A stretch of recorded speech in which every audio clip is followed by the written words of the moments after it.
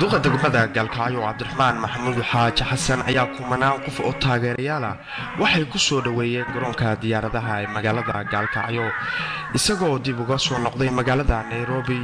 oo uu ku sugnaa 5 cisho ee la soo dhaafay. Cabdiraxmaan Maxamuud Xaaji Xasan ayaa xilka duqa degmada Galkacyo iska casilay 26kii bishii hore waxaana isla 26ka bisha qoraal ay ku aqbalayaan istiqaalada soo saaray guddiga joogtada golaha deegaanka degmada Galkacyo.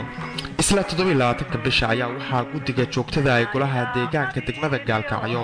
ay soo saareen qoraal ay ku cadeynayaan inay ka noqdeen aqbalaadii istiqaalada duqa degmada Galkacyo iyagoo ku sababeeyay qodobo ay ugu muhiimsan tahay dareenka iyo rabitaanka bulshada. wasaaradda arrimaha gudaha iyo dawladda hoose ee Puntland ayaa waxaa sidoo kale ay soo saartay qoraal ay ku aqbalayso istiqaalada duqa taasoo caqabad ku noqotay warbixin uu Cabdiraxmaan Maxamuud Xaaji Xasan ka baahiyay idaacadaha gudaha oo uu ku sheegay inuu ka noqday istiqaalada iyo qoraalkii golaha joogtada ay dib uga noqdeen aqbalaadii ay sameeyeen. dareenka dadweynaha magaalada Galkacyo ayaa aad u kacsanaa wixii ka dambeeyay markii ay soo baxday iscasilaada duqa degmada Galkacyo waxaana imaatinka maanta uu la kulmay dibadbaxyo hareeyay magaalada Galkacyo taasoo dadkii dibadbaxay oo taageero u muujiyay ay socod dheer oo lugta ku mareen wadada isku xirta magaalada iyo garoonka diyaaradaha magaalada Galkacyo waxaana dibadbaxayaashii taageeradu ahaa duqa ay gaareen xarunta dawladda hoose iyagoo kadibna u gudbay guriga uu ka degan yahay magaalada Galkacyo.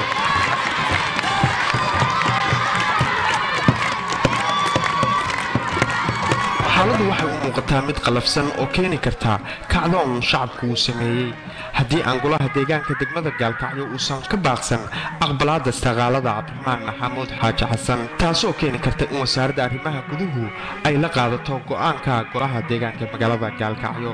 haddiise golahu maro wadadii hore ee u martay wasaaradda oo ahaa aqbalaadda istiqaalada wadada kale ee Cabdiraxmaan Maxamuud Xaaji Xasan dib uu ugu soo noqon karo kursiga duqa degmada Galkacyo waxay noqonaysaa inuu ka mid noqdo tartamayaasha kursiga waxaana aad loogu hanwayay inuu ku guuleysan doono haddii uu dib isu soo sharaxo. kacdoonka shacabka go'aanka wasaaradda hadallada isburinaya ee golaha deegaanka oo laba dhinac u kala safan